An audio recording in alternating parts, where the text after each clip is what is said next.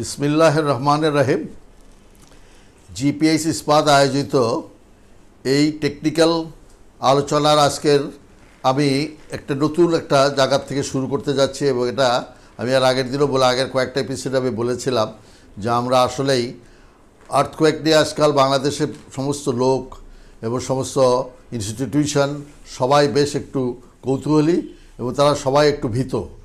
এবং এইখানেই বাংলাদেশ যে আমরা যে ডিজাইন করতাম, আমাদের দেশীয় কোড যেটা ধরে আমরা ডিজাইন করতাম 1993-তে, সেই কোডের থেকে এখন এটা পরবর্তীকালে দেখেছি বিদেশি যারা অনেক এসছেন এখানে তারা বলেছে যে এই কোডটাতে একটুখানি কম ধরা আছে, আইবিসির সাথে ইন্টারন্যাশনাল বিল্ডিং কোডের সাথে একটু তফাৎ আছে। এরকম আমরা আমেরিকান এমবিসির জন্য কিছু কাজ করতে যেয়ে দেখেছি তারাও কিছু কিছু বলেছে যারা এই হবে। তো ফলে এই কোডটাকে এটা মডিফাই করার দরকার ছিল এবং এটা বাংলাদেশ সরকার এটা করেছেন হাউস বিল্ডিং রিসার্চ ইনস্টিটিউটের থ্রুতে এবং বুয়েটের অধ্যাপকবৃন্দ সহ অন্যান্য বাইরের অনেকেই সবাই মিলে এটা কোডটাকে একটু মডিফাই করেছেন এবং এইটি আপকামিং কোড হিসাবে আসতেছে 2017 হিসাবে। যদিও এটা অনেক দেরি হয়ে গেছে, এটা প্রিন্টিং কেন হচ্ছে না আমি জানি না, এটা অতি তাড়াতাড়ি এটা হওয়া উচিত। আমার এখানে শুরু হচ্ছে comparative study on seismic analysis of upcoming Bangladesh national building code BNBC 2017 with existing BNBC 1993। এখানে আমি প্রথমে যে কথাগুলো আমি বলেছি এই কথাগুলো কিন্তু বইতে আছে। যাদের কাছে এই কোডটা এখনও নাই আপনারা জোগাড় করার চেষ্টা করবেন এবং এখানে কতগুলো ডেফিনেশন আপনার সম্বন্ধে আপনার জানা থাকতে হবে। হয়তোবা আপনারা জানেন, সবাই জানার কথা কম বেশি, পার্টিকুলারলি যারা ডিজাইনের সাথে জড়িত তারা তো জানেনই, কিন্তু অন্য যারা সিভিল ইঞ্জিনিয়ার বা আর্কিটেক্ট এরা যারা অনেকে ডিজাইনের সাথে বুঝেন যে হ্যাঁ আর্থকোয়েকে ডিজাইন করতে হবে কিন্তু ডিজাইন করেন না নিজেরা, তাদের জন্য বলছি এবং সাধারণ লোকের জন্য যারা দেখছেন আমার সাথে আছেন আপনাদের সবাইকে আমি আমন্ত্রণ জানাচ্ছি এটা দেখার জন্য বা শোনার জন্য। এবং কতগুলো ডেফিনেশন সম্বন্ধে আমি খুব সংক্ষেপে বলে যাচ্ছি। প্রথমে হচ্ছে একটা এপিসেন্টার। এইটা হচ্ছে একটা আর্থকোয়েকের the point on the earth, একটা কোন জায়গায় ভার্টিক্যালি অ্যাবাভ দ্য ফোকাস, অর্থাৎ যেখানে এটা কম্পনটা হয়েছে বা যেখান থেকে সূত্রপাত হয়েছে, এনার্জি রিলিজ হয়েছে, সেখান থেকে ভার্টিক্যালি আপওয়ার্ড যে এইটার নাম হচ্ছে যে কত দূরে আছে সেটা হচ্ছে এপিসেন্টার। বেস শিয়ার, আমি আগে বলেছি যে আমরা সবসময় আমরা ভার্টিক্যাল লোড ধরে ডিজাইন করতে চাই, সবসময় আমরা দেখেছি যে ভার্টিক্যাল লোডটাই হচ্ছে আসল, কিন্তু তা না। হরিজন্টাল লোড যখন আছে হরিজন্টাল তাকে রিয়াকশন নিতে হবে, হরিজন্টাল লোডের রিয়াকশন তো হরিজন্টাল কিছুকেই নিতে হবে। ফলে এইখানে ধর একটা বেস শিয়ার কতটুকু ট্রান্সফার করবেন, মাটি তো কেঁপে গেল, তখন বেস শিয়ারটা কি, যে টোটাল ডিজাইন ল্যাটারাল ফোর্স এইটাকেই শিয়ার ফোর্স বলতেছে, shear due to earthquake at the base of a structure. একটা বেজের স্ট্রাকচার, বেজের উপরে 20 তলা থাকুক, নিচে 3 তলা থাকুক, তার নিচে কতটুকু হচ্ছে particularly at the ground floor লেভেলে এটা একটা বেজ শিয়ার এটা ধরতে হবে। বিয়ারিং ওয়াল সিস্টেম, এই ইয়েটা নেবে কে, এইটা structural system without a complete vertical load carrying space frame. এটা একটা ওয়াল থাকলে পরে সে ওয়ালটা কিন্তু অটোমেটিক্যালি সেটাকে নেবে, এই wall system. Building frame system, an essentially complete space frame where frame takes gravity load, অর্থাৎ কলামের বিমগুলো করে যে কলামগুলো আছে সেটাকে আমরা মনে করি যে ভার্টিক্যাল ইয়ে নেবে। And shear walls bracing takes lateral load. এই জন্যই আমি এর আগের দিন দেখিয়েছিলাম যে যদি কোনো সফট স্টোরি হয় তাহলে ব্রেসিং দিলে পরে এটা ইম্প্রুভ করবে, অর্থাৎ ব্রেসিং এবং এই শিয়ার ওয়ালগুলো হরিজন্টাল লোডটা নিতে হবে, হরিজন্টাল লোড কাউকে নিতে হবে। ডুয়াল সিস্টেম, এখানেও ডুয়াল সিস্টেম হচ্ছে দুইটা মিলে একটা সিস্টেম হতে পারে, একটা ফ্রেম থাকতেছে, ব্রেস ফ্রেম থাকতেছে, ওয়েট ফ্রেম থাকতেছে আর এটা, এবং সেই সাথে শিয়ার ওয়ালও থাকতেছে সেটা। কিন্তু সেখানেও আবার এই যদি শিয়ার ওয়াল নিয়েও নেয় পুরোটা, কোড বলে দিচ্ছে ডুয়াল সিস্টেম এটা এমনভাবে করতে হবে যে ফ্রেমকে এই ব্রেস্ট এবং মোমেন্ট রেজিস্ট্রিং ফ্রেমটাকে 25% অফ দ্য সাইসমিক ফোর্স তাকে হোল্ড করতে নিতে সামর্থ্য থাকতে হবে। Moment resisting frame, a moment frame is a special type of frame that uses rigid connection between each of its component members. This configuration is able to resist, যদি না থাকে loose যদি থাকে তাহলে কিন্তু হবে না, এইটাই হচ্ছে সেটা মোমেন্ট রেজিস্ট্রিং ফ্রেমের তার রিজিড কানেকশন থাকতে হবে। ডাক্টিলিটি সম্বন্ধে আমরা অনেক সময় বলি এবং এই ডাক্টিলিটি সম্বন্ধে আপনারা খেয়াল করবেন যে আমরা যখন একটা রিনফোর্সমেন্টে যে কোনো রিনফোর্সমেন্টকে আমরা টেস্ট করি, যে টেনশন টেস্ট করেন, এটা করলে পরে কয়েকটা জিনিস দেয় অ্যাপার্ট ফ্রম দ্য তার ডায়ামিটার, ওয়েট, এগুলো ছাড়াও তারা একটা দেয় ইল্ড স্ট্রেংথ বলে একটা জিনিস দেয় এবং আলটিমেট স্ট্রেংথ একটা দেয়, সবসময় এটা কিন্তু লাগেই। খালি তাই নয়, আজকাল হাই স্ট্রেংথ বারগুলোতে দেখতেছেন এবং জিপিএসও যে এত ভালো স্টিল তৈরি করতেছে তাদেরও কিন্তু এটা কন্ট্রোল তারা করতেছে, অর্থাৎ ইল্ড স্ট্রেংথ এত হলে পরে আলটিমেট স্ট্রেংথ কত হতে পারে এবং এইখানে ইলনগেশনটা কত হতে পট করে ছিঁড়ে গেল তাহলে কিন্তু ডাক্তাইল না। এই ইলনগেশনটা একটা লিমিট থাকে যে এত 10%, 15%, 20%, এই যে ডাক্টিলিটি এইটুক জায়গার মধ্যে এইটাই কিন্তু ডাক্টিলিতে কিন্তু এফেক্ট করে। কারণ আপনারা দেখেন, আমরা যারা এখন ডিজাইন করতেছেন, আমি অনেক ভালো ভালো আমাদের অনেক ভালো ভালো ডিজাইনাররা আছেন এখানে এখন, এবং আর্কিটেক্টরা তো যে সমস্ত কঠিন কঠিন বিল্ডিং করতেছেন সেখানে আমাদের ডিজাইনাররা সেই একই সাথে তাদের সাথে কাজ করে চলছেন আমি দেখছি। এবং তারা দেখবেন, খেয়াল করেন, আপনারা একটা জিনিস খেয়াল করবেন যে আমরা আলটিমেট স্ট্রেংথ ডিজাইন করে লোড ফ্যাক্টর মেথড দিয়ে ডিজাইন করতেছি, আলটিমেট স্ট্রেংথ ডিজাইন বলতেছেন, কিন্তু আপনি তো ইউজ করতেছেন ইল্ড স্ট্রেংথ। কনগ্রাচুলেশনস জিপিএস ইস্পাত বাংলাদেশকে বিশ্বসেরা এই কোয়ান্টাম টেকনোলজি এশিয়াতে সর্বপ্রথম স্থাপন করার জন্য। স্টিল তৈরিতে ইতিহাসের সবচেয়ে উন্নত কোয়ান্টাম টেকনোলজি নিয়ে এলো জিপিএইচ ইস্পাত, এশিয়ার প্রথম ও বাংলাদেশের একমাত্র কোয়ান্টাম ইলেকট্রিক আর্ক ফার্নেসে এখন দেশেই তৈরি হচ্ছে বিশ্বসেরা কনস্ট্রাকশন স্টিল। জিপিএইচ ইস্পাত, দৃঢ়তার প্রতিশ্রুতি। এটা আমি অনেক সময় অনেক ইন্টারভিউতে জিজ্ঞাসা করি, আমরা বিপিআরবির কিছু কিছু কমিটি আছে সেখানে আমি দেখেছি 2-4 যারা এক্সামিনার থাকে তারা জিজ্ঞাসা করে এটা কেন। এখানে তার কারণ হচ্ছে যে ইল্ড স্ট্রেংথে যে টোন হয়, ইল্ড স্ট্রেংথটার ডেফিনিশনই হচ্ছে তখন without further increase of any load, stress ওই লেভেল থাকতেই স্ট্রেইনটা এমনি হতে থাকে, অনেকখানি হয়, অনেকখানি, এবং সেখানে কতখানি সেটার কোনো পরিমাপ কারেক্ট নাই, মানে একেবারে সঠিকভাবে ইয়া করা যায় না, বাট বাড়া যায়।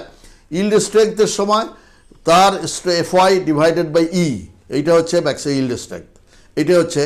আর দেখবেন যে এটা হচ্ছে যে কংক্রিটের স্ট্রেংথ যেহেতু 0.003, সেইটা হলো আলটিমেট স্ট্রেংথ, সেটা সমান হতে পারে, তার থেকে একটু বেশি পর্যন্ত হতে পারে, কিন্তু ইল্ডের পরে এটা কিন্তু একবারে 10 গুণ 15 গুণ বেড়ে যায়, এবং এই যে যায় তারপরে আবার লোড নেওয়া শুরু করে, এই লোডটা আবার একটুখানি বাড়তে থাকে, বাড়তে বাড়তে বাড়তে আলটিমেট লোড হয়। ফলে এই যে সময়টা, এই যে এতখানি ডিফরমেশনটা হলো, এতখানি ইলনগেশনটা হলো, এইটাই কিন্তু ডাক্টিলিটির একটা মাপ। এবং আর্থকুয়েক এটার ইফেক্ট, এটা কেন এটা আসছে, যে একটা বিল্ডিং কোনো কিছু যে ইল্ডে যদি একটা হঠাৎ একটা জারকে বা একটা শেকিংয়ে যদি নড়ে যায়, নড়ে গেলে পরে ইল্ডে যদি চড়েও যায়, ইল্ডে যাওয়া আবার থেমে গেল, ইল্ডে গেলে কিন্তু স্ট্রেস বাড়তে থাকবে, কিন্তু তাহলে ভেঙে পড়বে না। এর জন্যই আমাদের ডাকটাইল হতে হয়। ডায়াফ্রামটা হচ্ছে একটা হরিজন্টাল সিস্টেম, কারণ লোডটাকে তো ট্রান্সফার করতে হবে। একটা আর্থকুয়েক একটা শিয়ার হলো, সেই শিয়ারটাকে কিন্তু সব জায়গায় ট্রান্সফার করতে হবে। এই horizontal system of structure acting to transmit lateral forces to the vertical. আপনার এখানে একটা কলাম আছে, দূরে একটা কলাম আছে, ওখানে একটা কলাম আছে, এটা আইদার বিম দিয়ে নেবে অথবা slab. This includes concrete floor slab and horizontal bracing system, beam সবগুলো মিলে এটা হলো ডায়াফ্রাম। ফলে পার্টিকুলারলি বিম অ্যান্ড ইয়ার হলে তো ফ্রেম হবে না, আমরা ফ্লোর স্ল্যাবটাকে আমরা ডায়াফ্রামের মধ্যেই ফেলি। ফ্লেক্সিবল স্ট্রাকচার, এখানে কতগুলো দুইটা জিনিস আছে, এটা হচ্ছে তার ফ্লেক্সিবল স্ট্রাকচার, এটা হচ্ছে তার ন্যাচারাল ফ্রিকোয়েন্সির সাথে সম্পর্ক।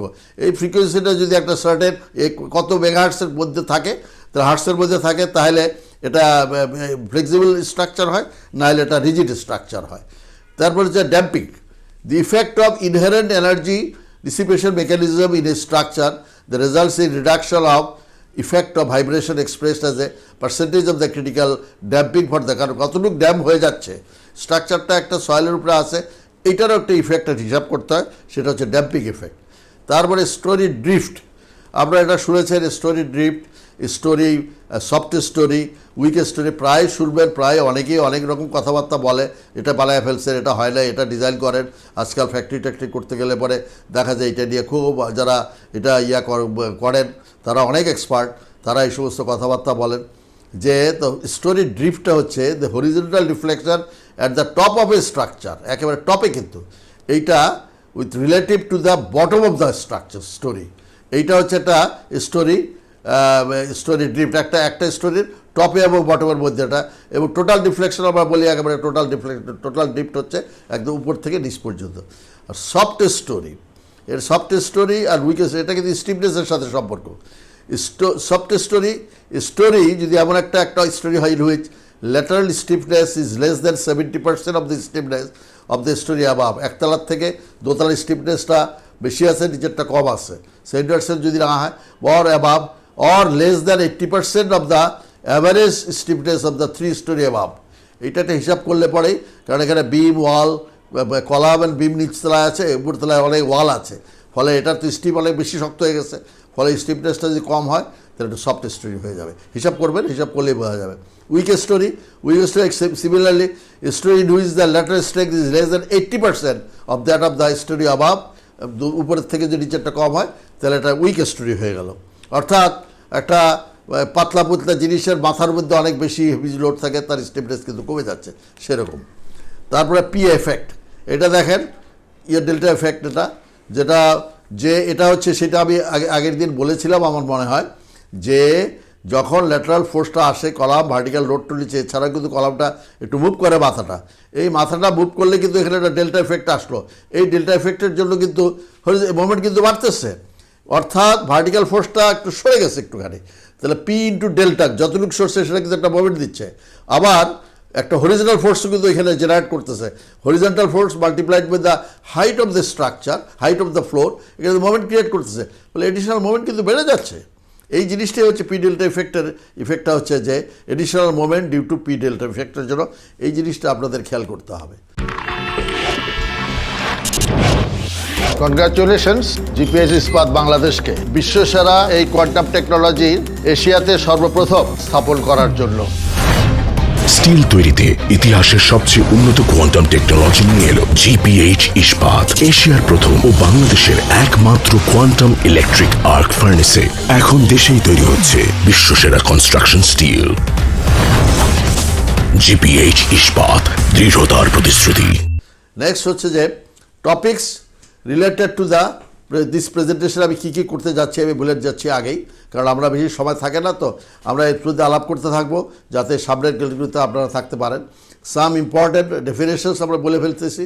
Comparison between parameters of BNBC 1993 and 2017, horizontal earthquake loading with eccentricity, এখন বর্তমানে যেটা করেছে বদলিয়ে ফেলেছে, ভার্টিক্যাল আর্থকোয়েক লোডিং করেছে, irregularities of building load combinations, determination of procedure of capacity of building structural system, diaphragm, seismic design, category and analysis procedure as per BNBC 2017।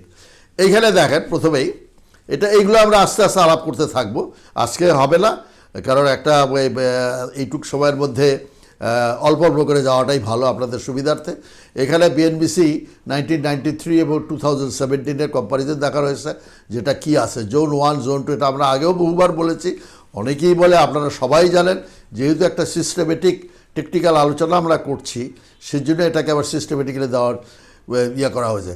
এবং এখানে লাস্টে নোটে যেটা আমি লিখেছি, zone coefficients values have been increase significantly from BNBC 1993 to 2017। Zone 1-এ দেখেন, zone 1 আগে ছিল 3টা জোন, এখন 4টা জোন করেছে। জোন 1-এ ভ্যালুটা ছিল 0. সেসমিক জোন ফ্যাক্টর যেটা, সে 0.075, এখন জোনে কিন্তু 0.12 করেছে, অর্থাৎ প্রায় 50% বাড়িয়ে ফেলেছে। এটাকে আমরা বলতেছি ইন্টেন্সিটি লো। মডারেট আগে ছিল 0.15, এটাকে করেছে 0.20, এটা হলো মডারেট, এখানেও দেখতেছে 33% বেড়েছে। এবং জোন 2 এবার আরেকটা জোন এনেছে, জোন 3 হলো সিভিয়ার, এখানে 0.2 আছে। আগে জোন 3-তে ছিল 0.25, সেইটাই ছিল সিভিয়ার বলতো, এখন আবার ভেরি সিভিয়ার একটা এনেছে, সেটা হচ্ছে 0.036। ফলে এই আপনি বুঝতেছেন তাহলে জোন ফ্যাক্টরটাকে, এটা শুনে কিন্তু আপনারা ঘাবড়াবেন না। এরপরে কীভাবে এটাকে আবার কমানো হয়েছে সেই মেকানিজমটা আমি দেখাবো। এখানে হলো সেই জিনিসটা একটু বড় করে দেখানো হয়েছে, এই দুইটাতে একই জিনিস দেখানো হয়েছে সেইটাই। এইখানে হচ্ছে 93-তে যেটা 3টা জোন ছিল, সেইখানে দেখতেছেন 3টা জোন ছিল। একটা ব্রহ্মপুত্র নদীর একটু পশ্চিম দিক থেকে শুরু করে একটুখানি ব্রহ্মপুত্র নদী দিয়ে পুরো সিলেট এবং ময়মনসিংহের বেশ কিছু অংশ, ঢাকার কিছু অংশ সহ এটা জোন, মাঝখানেটা একটা একরকম, নিচের দিকে একরকম ছিল। পরবর্তীকালে এইটাকে এখন বিএনবিসি 4টা করেছে। সেই ব্রহ্মপুত্র নদীর ওইখান থেকে শুরু করে সিলেটটাকে পুরা রেখে এটাকে সিভিয়ার ভেরি সিভিয়ার জোন করেছে, তারপরে জোন এটা করেছে, তারপরে দেখতেছে শেষে আবার একটা করেছে জোন 2টাকে আবার নিচে নিয়ে এসছে সুন্দরবনের এইখান দিয়ে। ফলে জোন আপনার একটা ম্যাপ দেখলেই বুঝবেন, এবং এখান থেকে কোন জোনে কোন ফ্যাক্টর হবে সেটা আপনার ডিটারমিন করে নিতে হবে। এখানে দেখতেছেন অকুপেন্সি ক্যাটাগরি। অকুপেন্সি ক্যাটাগরিতে আগে দেখেন, এটাও কিন্তু প্রথম থেকে ঠিক করে নিতে হবে চেষ্টা কী কারণে এটা ইম্পর্টেন্স ফ্যাক্টর আই, এইটার যে জিক্সের যেটা আই ইম্পর্টেন্স ফ্যাক্টর, এটা কিন্তু অকুপেন্সি ক্যাটাগরি থেকে এসছে। আগে অকুপেন্সি ক্যাটাগরি 1, 2, 3-তে 1 ছিল, 4-এ ছিল 1.25 আর 5-এ ছিল 1.25। এখানে কিন্তু এটা কিন্তু বেড়েছে। অকুপেন্সি ক্যাটাগরি এখন 4টা করে দিয়েছে, 1 and 2-তে 1, 3-তে আছে 1.25, আগে 3-তে ছিল 1, আর 4-এ সব কিছু করে বলছে সেটা কিন্তু 1.5। অকুপেন্সি ক্যাটাগরিটা আপনারা যদি খেয়াল করেন, অকুপেন্সি ইয়েটা কী আসলে, এই অকুপেন্সি যেটা বিএনবিসি 1993 এখানে দেখাচ্ছে, ওইটা আমি আরেকবার দেখিয়েছি সুবিধার্থে, আর এখানে 1.5। অকুপেন্সি হচ্ছে যে এই ফাংশনাল ইয়াটা কী বিল্ডিংয়ের, সেই বিল্ডিংটা কী পরে মানে আর্থকুয়েক হলে পরে ভেঙে পড়তেই পারে একটা বিল্ডিং। যদি রেসিডেন্সিয়াল হয় সেটার জন্য অকুপেন্সি ক্যাটাগরি একরকম থাকে, অন্যগুলো ক্যাটাগরি একটু অন্যরকম থাকে। তার ইম্পর্টেন্স হবে এই অকুপেন্সি ক্যাটাগরিটা কিন্তু বিএনবিসিতে বলা আছে যে অকুপেন্সি ক্যাটাগরি কোনটা কী, সেটার আমি এখানে লিখি নাই, কিন্তু আপনারা এই জিনিসগুলো একটু ভালো 2-1বার পড়লেই দেখবার মনে থাকে, এটার কোনো অসুবিধা কিছু নাই। নেক্সট আসতে দেখেন, বিএনবিসিতে আগে কিন্তু সয়েল ফ্যাক্টরের কোনো রকম ইয়া ছিল না। সয়েল ফ্যাক্টর সাইট ক্লাস ছিল একটা 1, S2 1.2, S3 1.5 and 2, এটা একটা ছিল। এবং এই জিনিসটা বর্তমানে কিন্তু এবার কিন্তু সুবিধা হয়েছে বিএনবিসি 2017-এ। এইখানে সাইট ক্লাসটা করতেছে SA, SB, SC, SD and সন। আমাদের এর পরে আমাদের দরকার নাই SA, এইখানে ভ্যালু হচ্ছে 1। এটা হচ্ছে ভেরি হার্ড সয়েল যদি থাকে সেখানে। SB আমি এটাকে আর একটা ইয়াতে নিয়ে যাই, এখানে নিয়ে যাই, এর পরেরটাতে এখানে নিয়ে যাই, দেখতেছেন SA ভ্যালু 1 ধরতে হবে। এসের ভ্যালুটা যেখানে আমাদের ইয়াতে আছে সে এসে 1 ধরতে হবে। এবং এটা এন অ্যাভারেজ অর্থাৎ SPT ভ্যালু যেটা আমরা দেখি টপ 30 মিটারে, সেখানে কি আছে SA 1, এটা তার থেকে যদি বেশি হয় কোনো অসুবিধা নেই, 50-র উপরে থাকলে কোনো ইয়া। SB 1.2 ধরতে হবে, লার্জার গ্রেটার দ্যান 50 SPT যদি বেশি হয় আপনাকে এখানে, তাহলে অ্যাভারেজ, তাহলে এই ধরতে হবে। SC 1.15, 15 থেকে এন ভ্যালু যদি 15 থেকে 50 হয় তার অ্যাভারেজ। আমরা যারা ডিজাইন করতেছেন আমার তো মনে হয় সবার জন্য SC এসে যাবে, অথবা SC আসলে পারে। আর SD একটা 1.35 ধরতে পারে, লেস দ্যান 15। এই লেস দ্যান 15 হলে পরে কিন্তু আর্থকুয়েকের এটা নিয়ে কিন্তু একটু প্রবলেম আছে, তার জন্য দেখেন এসে ফ্যাক্টরটা বেড়ে গেছে। যদি করতেই হয়, ছোটো বিল্ডিং করতে হয়, তাহলে তখন এসের ভ্যালুটা আপনার SD-তে চলে যাবেন। এই জন্যই বলতেছি যে এখন কিন্তু এই অনেকটা সুবিধাও আছে কিছু কিছু। নেক্সট আসতেছে দেখেন রেসপন্স রিডাকশন ফ্যাক্টর। এইখানে বলেই হয়তোবা সময় আজকে থাকবে না। 1993-তে যেটা ছিল অর্ডিনারি মোমেন্ট রেজিস্ট্রেশন যেটা 5 ছিল, সেটাকে এখন করে দিয়েছে 3। ইন্টারমিডিয়েট মোমেন্ট রেজিস্ট্রিং ফ্রেম যেটা 8 ছিল, সেটাকে এখন করে দিয়েছে 5। স্পেশাল মোমেন্ট রেজিস্ট্রিং ফ্রেমে যেটা 12 ছিল, সেটাকে করে দিয়েছে 8। এই ভ্যালুগুলো যে এই যে modification factor is significantly reduced has for different structural systems. The reduction is logical and only the 2/3, এখানে একটা সুবিধা হয়েছে, only 2/3 of this maximum combined আর্থকুয়েকের যে MCE বলে, যে মোশনটা যেটা আসে এটা হিসাব করা হয়, সেটা কিন্তু এখন 2/3 ধরা হয়। ফলে এই ইয়াটা আগের থেকে বেড়ে গেলেও আপনারা কিন্তু এটা সুবিধা পাচ্ছেন, কিছুটা হয়তো বা বাড়বে। তো ফলে আমরা রেসপন্স রিডাকশন ফ্যাক্টরে দেখলাম, এসে দেখলাম, সয়েলে দেখলাম, সব কিছুর মধ্যেই চেঞ্জ আসতেছে বিএনবিসি 2017-এ। এবং আপনারা যারা ডিজাইন করেন এখানে দেখতেছেন, সেইটাই আমি বিএনবিসি এটা আবার আলাদা আলাদা করে লিখেছি 5, 8, 12, এবার পরেরটায় দেখতেছেন 3, 5, 8। কিন্তু ওই যে বলতেছি MCE যেটা করে সেটাকে 2/3 করে নেওয়া যায়। এইটুকু পর্যন্ত আজকে থাক, আমরা আবার সামনের দিন আমরা এইখানে আমরা টাইম পিরিয়ডে যাব। তো ফলে আজকে আমি এখানেই শেষ করি। আমি জিপিএইচ ইস্পাত কর্তৃপক্ষকে ধন্যবাদ জানাই যে এরকম একটা টেকনিক্যাল সেশন নিয়ে আমরা আলাপ করাটা সুযোগ করে দিয়েছেন আমাদের সকলের জন্য। আপনাদের কারো কোনো যদি কোনো প্রশ্ন থাকে, আপনারা সরাসরি জিপিএইচকে ইমেল করে দেবেন বা যে করবেন, সেখান থেকে তারা আমাকে জানাবে। এবং আমাকে অনেকে জানাচ্ছে, সেই সাথে আমরা আবার কোনো জায়গায় যদি অসুবিধা হয়ে থাকে, কোনো জায়গায় যদি ভুল বলে থাকি বা কোনো হয়, আমরা আবার এটা আলোচনা করব। এবং আপনাদের সকলে ভালো থাকেন, সকলে সুস্থ থাকেন। এবং আজকে আমাদের পদ্মা ব্রিজ বসে গেছে। আপনারা হয়তো আমার স্টেটমেন্ট শুনেছেন, আমি বলেছি কি বলেছি। বাংলাদেশের ইঞ্জিনিয়াররা পারে না এমন কোনো জিনিস নাই। এবং জিপিএইচ ইস্পাতকেও ধন্যবাদ জানাই যে তারাও একটা খুব উন্নত মানের স্টিল তারা বাংলাদেশে আমাদের জন্য কনস্ট্রাকশন সেক্টরের জন্য উপস্থিত করেছেন। ধন্যবাদ সবাইকে।